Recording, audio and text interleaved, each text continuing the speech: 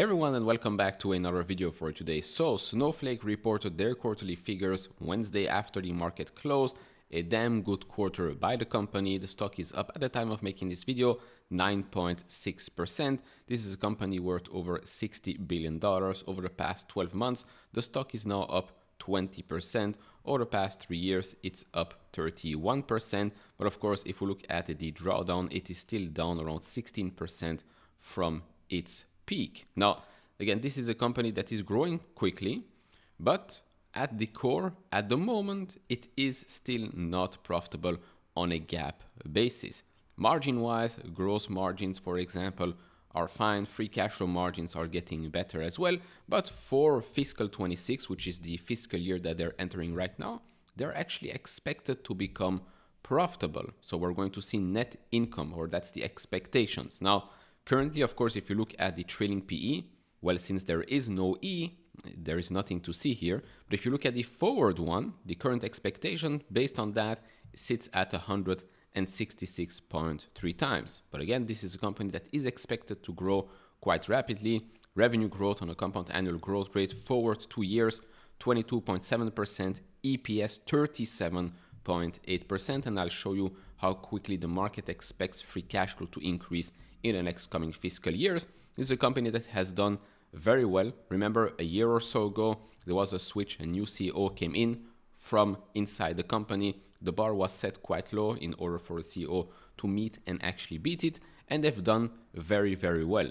They were also one of the few companies out there that actually said, you know what? We've been spending quite a lot of money on GPUs, but now we're actually slowing it down because we actually want to see what the return on our investment is going to be. They're really one of the few ones, especially in the tech space, that actually said it and did it. And to be honest, it worked out quite well for them. So let's touch on that in this video. I'll quickly go over the treasury yields as well because, well, the big, beautiful bill has passed the House. Now it needs to pass the Senate. Remains to be seen if that will happen. So before continuing, if you enjoy this type of videos, hit all the buttons, especially the subscribe one. And if you want to support me even further, do check out the link down in the description and in the pinned comment to the top 10 best stocks to buy now, or go to fool.com/coachinvestor. Thank you very much. So at the time of making this video, the 10-year is now above 4.61%, the 20-year at 5.15%, and the 30-year a new 52-week high at 5.138%. Now, we did talk yesterday a bit more about why it is spiking, why is it bad, what the US needs to do in order for that to come down. If you missed that video, that will be in the top right corner. Now, touching back on, well, the reason why you're here, and that's Snowflake. So this is basically the major overview. Product revenue did increase 26% year over year, just under $1 billion of just product revenue. Net revenue retention rate of 124%. Total customers increased 19% year over year. They've seen 27% year over year growth for customers with a trailing 12 months product revenue greater than $1 million. Forbes Global 2000 customers is up 4% year over year. And Snowflake marketplace listing is over 3,000. That's up 21% year over year. Now, this is basically what we're getting here. Total revenue increased 25.7%. And as you can see, yes, revenue growth has been coming down. It has been decelerating quarter after quarter, but it's still quite impressive at 25.7% year over year growth. Of course, if this continues, then, well, if it drops under 20% year over year growth, that's not going to be great, especially not for a stock that you're paying quite a big premium on. Looking at net revenue retention rate, although that has also come down, it still is at 124%, which is very, very good. Of course, here the same thing. If we continue to go down and eventually we reach 100%, that's not going to be great. But so far, you're at 124%, which is still very, very good. Looking at remaining performance obligations, or RPO, that's actually up quarter over quarter and up 34% year over year, which again, very good signs. Total customers that generate on a trailing 12 months basis over $1 million of product revenue, that's still growing 26.5%. Yes, a small deceleration in growth quarter over quarter, but that is also growing very quickly. Now, looking at the profitability side of the business, as you can see, Over the last couple of fiscal years, net income, well, was a loss. And actually in fiscal 25, that was a very, very big loss. But currently, the expectations are that for fiscal 26, they're going to generate $424.8 million in net income. And that's supposed to be $575 million in fiscal 27 and $812.7 million in fiscal 2028. Now, when that happens, things, of course, will get a bit more interesting. At the start of the video, I've of course shown you the revenue growth or expected revenue growth, and this is basically what you're seeing here for the next coming fiscal years. But what about free cash flow? Well, as the business is supposed to become more and more profitable, here you can see actually free cash flow growth is accelerating or expected to accelerate in the coming fiscal years. Free cash flow is expected to grow by 20.3% in fiscal 26, 27.9% in fiscal 27, and then another 36.1% in fiscal 2028.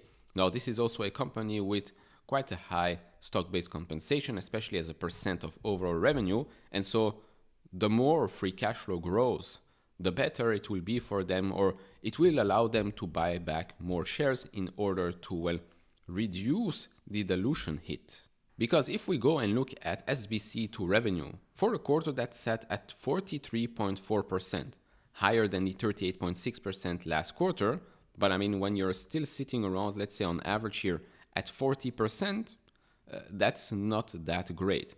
For example, if we actually look at Palantir, which again, Palantir is of course a company worth over $300 billion, expected to generate also around $4 billion this year, which is the same as Snowflake, but Snowflake is worth way less, but Palantir is more profitable, has higher margins.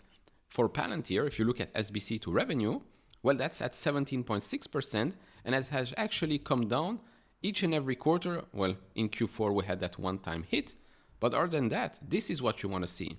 You want to see SBC to revenue come down every single quarter. Now, before looking at guidance, we can see here product gross profit margin was 71% on a GAAP basis or 76% on a non-GAAP basis. Operating income, of course, a loss, so margins are negative on a GAAP basis. On a non-GAAP, that was 9%. Free cash flow, also on a non-GAAP basis, a margin of 18%, and adjusted free cash flow, a margin of 20%. Now, if we look at the second quarter guidance, they expect product revenue growth of 25% year over year to reach above $1 billion, and operating income margin on a non-GAAP basis of 8%. Looking at the full year guidance, they expect the following: product revenue of $4.325 billion, that's up 25% year over year, non-GAAP product gross margin of 75%, non-GAAP operating margin of 8%, which is better than the 6% that we've got in fiscal 25, and then non-GAAP adjusted free cash flow margin of 25%, and that's actually down from fiscal 24 and 25 as well.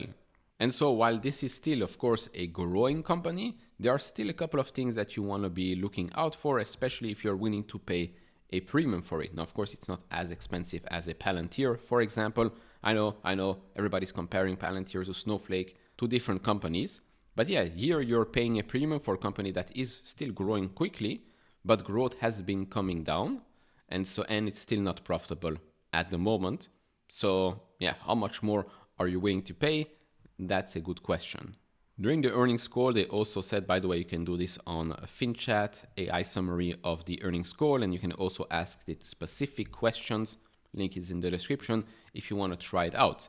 Snowpark and Dynamic Tables exceeded expectations, and their strong adoption of Apache Iceberg. Over 5,200 accounts are using Snowflake's AI and machine learning capabilities weekly. The company repurchased 3.2 million shares for $491 million in Q1 and has $1.5 billion remaining on its buyback authorization. Of course, like I said, the more they can increase free cash flow, the more eventually they will be able to increase their buyback program and buy back more shares. Of course, it only makes sense to buy back shares if they are undervalued. Buying back shares for the sake of buying back shares, yes, okay, it does solve the, let's say, dilution part of it, but from a capital allocation standpoint, it's not the best. To finish it off, the company is focused on operational efficiency and strategic investments for growth, including expanding into the public sector and automotive industries. And so all in all, that's about it. Another strong quarter by Snowflake. Of course, you have to know what you're buying and what you're paying for this business. But yeah, nothing extra to say here. Good company, good execution. Let me know what you think down in the comment section below. Like, subscribe, do all of that, and I'll see you all in the next one. Bye bye.